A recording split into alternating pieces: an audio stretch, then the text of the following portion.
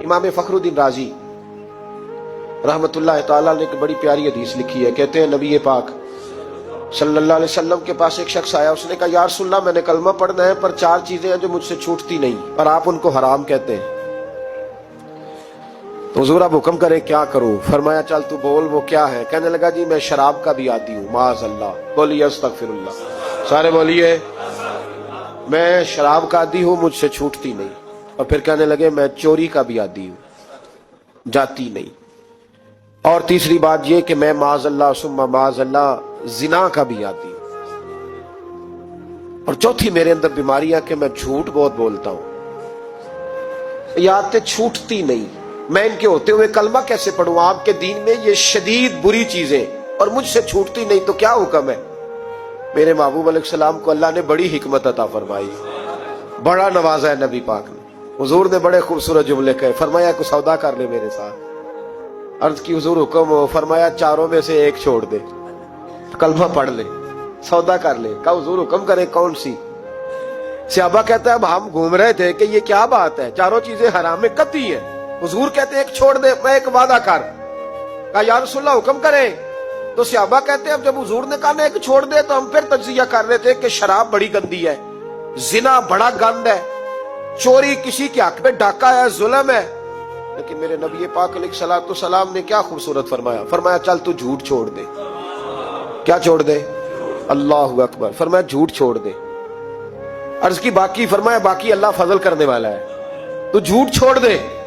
अब लोग कहते हैं कि हम हैरान थे कि इतनी गंदी चीजें, शराब भी, जिना भी, चोरी भी, और हुजूर ने सिर्फ झूठ छुड़वाया है। वो सरदार कहता है मैं घर गया, शराब की बोतल पे हाथ डालने लगा।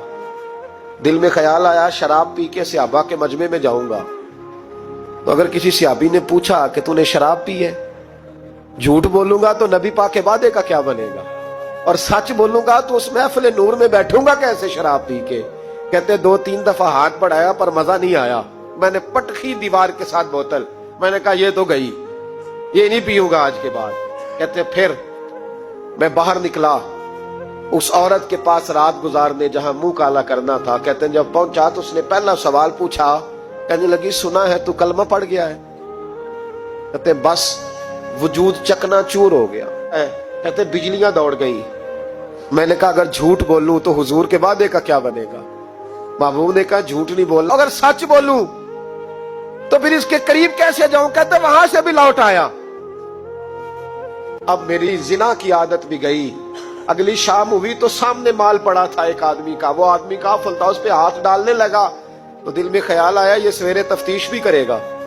अगर पूछता पूछता मुझ तक आ गया कि तूने तो नहीं चोरी की, तो झूठ तो मैं बोल ही नहीं सकता, हुजूर से वादा किया है, और सच बोलूंगा तो मेरी आबरू क्या बचेगी? कहते शाम एक दिन में गया, अगले दिन की शाम हुई तो सिर्फ सच की आदत अपनाई, मेरा जिना भी गया, मेरी चोरी भी गई, मेरी शराब कबाब भी गए। कहते तीसरे जाके दरवाजा रसूल पे बैठा, सहाबा बाकी अपना काम करते रहे, मैं सिर्फ मुस्तफा का चेहरा तकता रहा, मैं बस चेहरा तकता रहा। देर हो गई तो एक सहाबी कहने लगे क्या देख रहे हो?